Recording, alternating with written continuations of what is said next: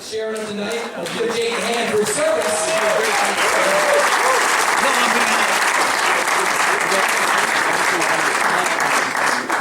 He's just going to share them. We see a short video, and Tim, you come on up here as soon as he's done sharing. This is when I saw this story, heard about a story, and I thought back last year we were here, and someone said, this is a 6th grade. Is it really going to make a difference in someone's life? So Jake's going to tell you what it meant to him. All right, I've got the impossible task of doing this in 5 minutes, but my name is maybe 10. My name is Jake Southern. I was lost for a long time. I was a sergeant in the Army. I've got a wife and 2 kids. I started my life out like anyone else, and I didn't know anything about God's Word, and I went to church a couple of times and knew who He was, and I would talk to Him and think I knew what I was doing, and I didn't know Jesus, and nobody told me about any of this, and so I lived my life in sin. I lived my life in a way that didn't honor God, and I got addicted to porn at 12 years old. It started there, and it turned into an addiction. It kind of warped my mind on life, and at home I wasn't ever enough. My parents were set the stage like they were perfect. We didn't know about their lives. We didn't know about their money, and so we were always striving to please them, and it couldn't be done. So that kind of set the stage for my life, and in my professional life, it was a good thing.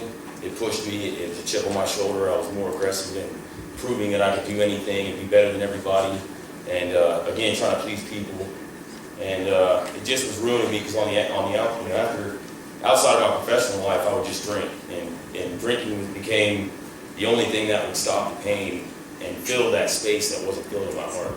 And love was hard to come by. I started isolating. I stayed away from the world, and then I joined the Army with addictions and whatever else trouble I had. And as soon as I got in the Army, we went to Iraq. I was an artilleryman, and our mission was not artillery. We went as a maneuver element, and we had a couple Rangers attached to it to teach us how to be infantrymen. So we were kicking in doors and responding to IEDs and seeing death every day, and just my faith in myself was already gone. My faith in God was not existent, and my faith in humanity was gone after all of this. So I come home from Iraq, and we all suffer together. We come home, nobody really knows anybody's hurting and anything's wrong because we're all doing it together, we're all drinking together. It's kind of that gang mentality where everybody's doing the same thing, so you don't realize anybody's messed up. So we get into that, and I go to sergeant school. I have stress fractures in my shin, so I can't run. And my first sergeant comes to me and says, I can't run without pain, and I'm not supposed to because it won't heal. And he says, you want to go to WLC, which is Warriors Leaders Course for sergeant school. And I go, and my wife is there. I meet her, and just some kind of instant connection there. And it was, God does things. They say He works in mysterious ways, but as you get to know Him, they're not so mysterious. And you start to look back at these things and think like, wow, man, you were there with me the whole time. And so he introduced me to my wife. We were married in 4 months, and pregnant very shortly after that.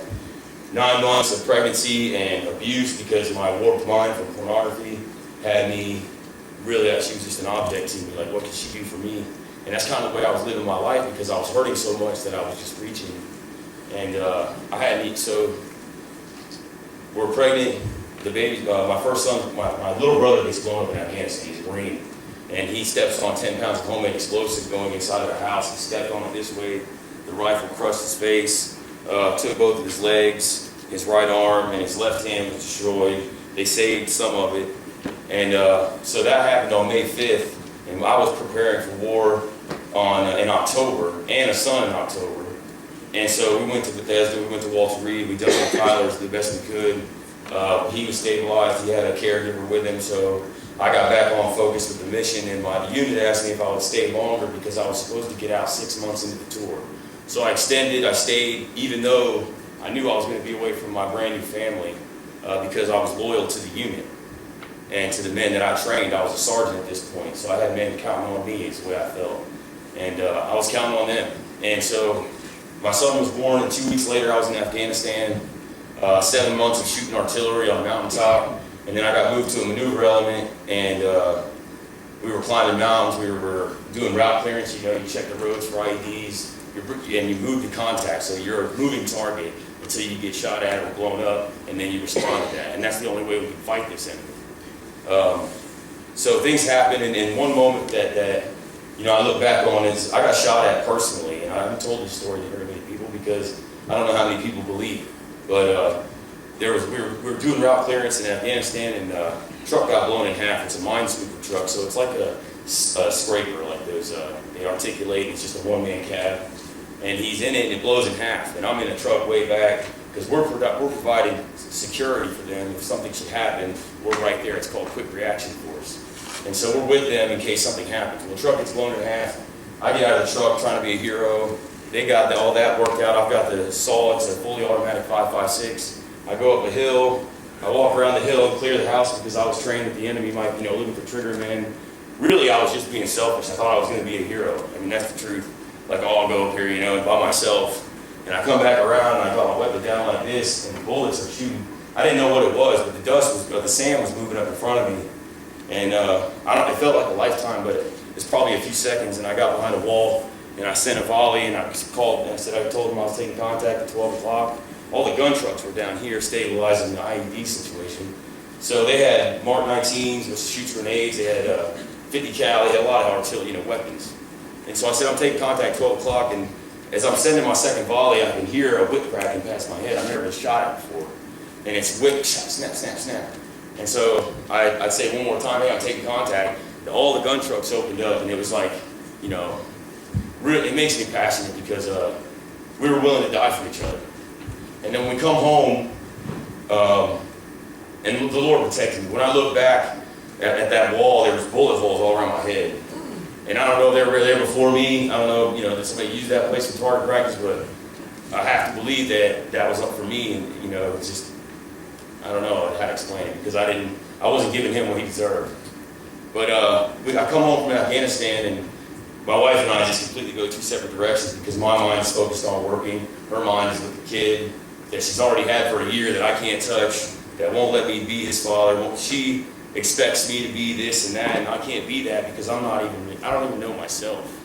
And so we separate, and I'm going to fast forward, you know, there was violence, not like abuse, but there were, you know, terrible arguments, jealousy, just me and my nasty warped mind destroying her.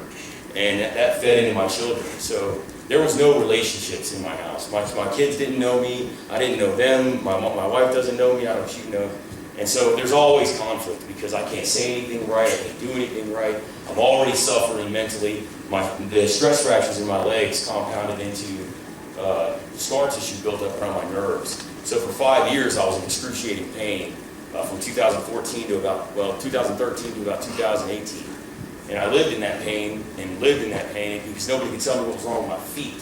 Well, it ended up being my legs. So we got that figured out. They took the scar tissue out, and I'm still dealing with it. I got big scars all over me, but all this pain and suffering. And I started going to treat, so I was going to kill myself. It got so bad that I was fantasizing about it. I was talking to my wife about letting me leave, letting me go. You know, it's got to be better without me. How can you expect, you know, how can you want me to be here? I'm not providing anything good for anybody except a paycheck. And I actually built a nice career on the journeyman lineman with the union. So I was very successful in the professional world regardless of everything that was going on. But by the end, I was drinking every day. I was drinking in the mornings. I was drinking at lunch. I'd bring those little shots with me everywhere I went. And fooling everybody. Nobody knew that it was this bad except for Susan, and she didn't even know it was this bad. So it gets down to where I'm fantasizing about just taking them all with me because it would be the only way that I could do it without the shame and the guilt of leaving them alone. So these thoughts are in my mind on a regular basis, and I'm isolated from the world, I'm in the dark, and I had night terrors, you know. Usually my wife would wake up for those, but this night she didn't. And I walked out and I had to drink at night in the middle of the night to get rid of these things and go back to sleep. And I went to the bathroom and I puked because I was already drinking, you know. I woke up in a stupor.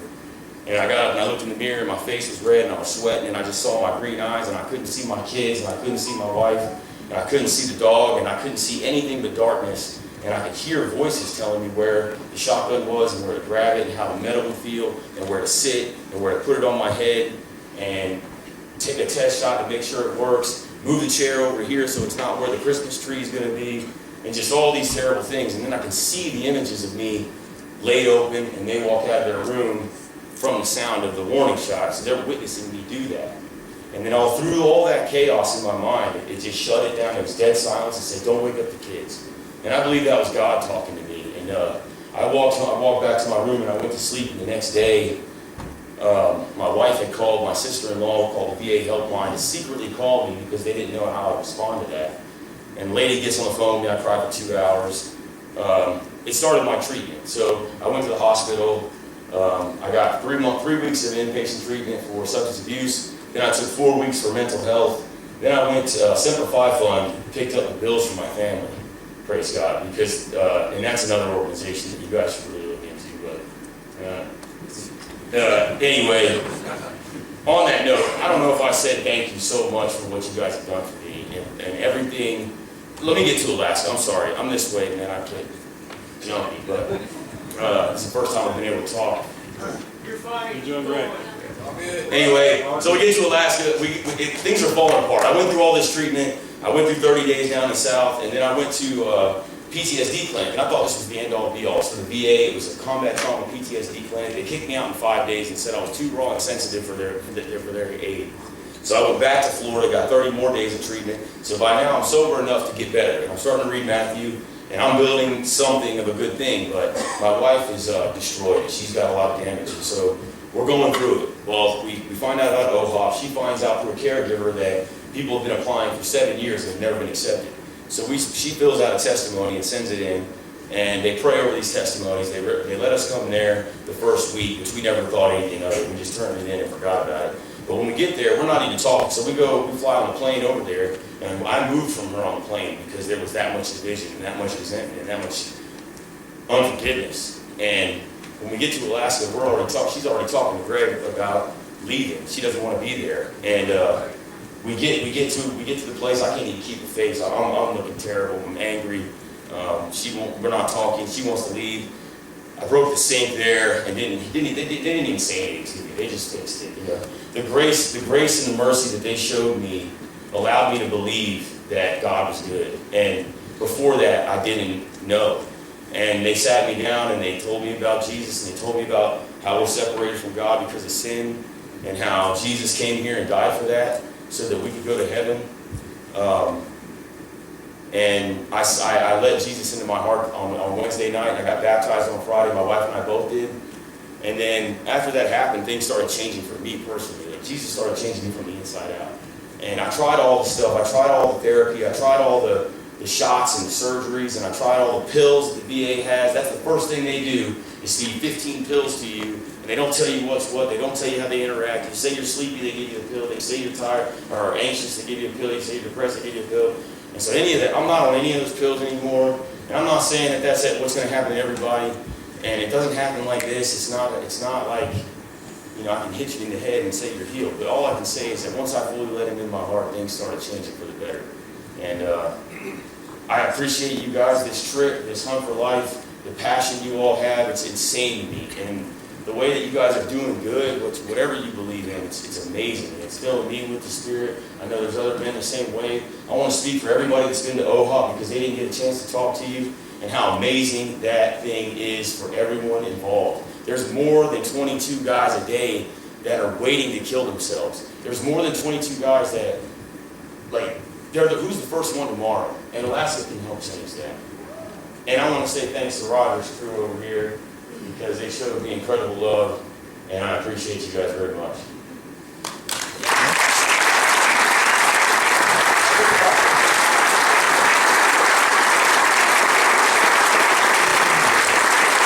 Brothers,